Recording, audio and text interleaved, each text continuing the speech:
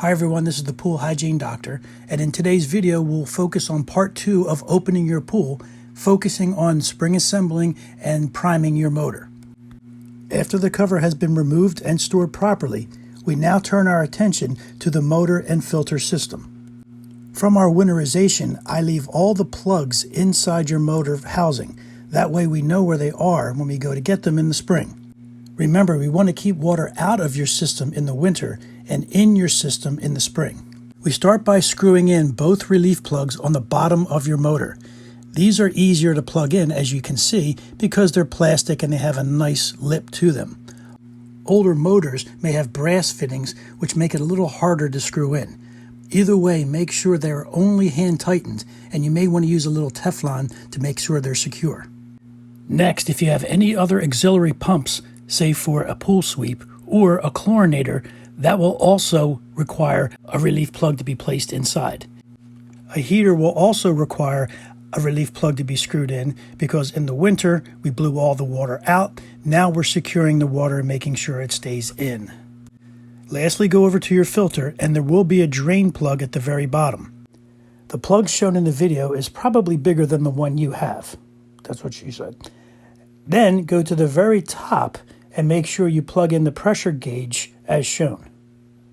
Only hand tighten the pressure gauge because it's very easy to break.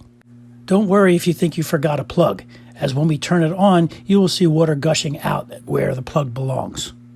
So after all the plugs have been applied, now it's time to take the lid of the motor off and pour some water in, therefore priming the pump.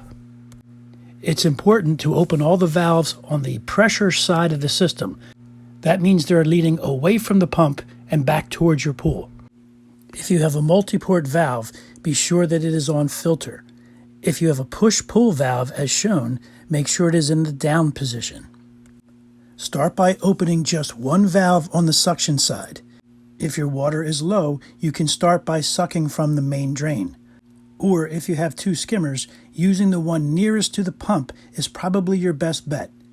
Either way, just open one valve, that way it's easier for the water to catch. Once the flow of water is steadily going into your motor, slowly and carefully open the other valves, one at a time. It may take a while to get all the air out of your system, so be patient.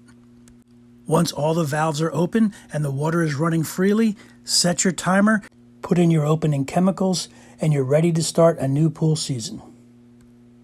If you found this information helpful and would like to keep your pool healthy, then drown the like button and subscribe. Don't forget to hit the notification bell so you don't miss any further content. Thanks for listening to the Pool Hygiene Doctor, and I'll see you at the pool.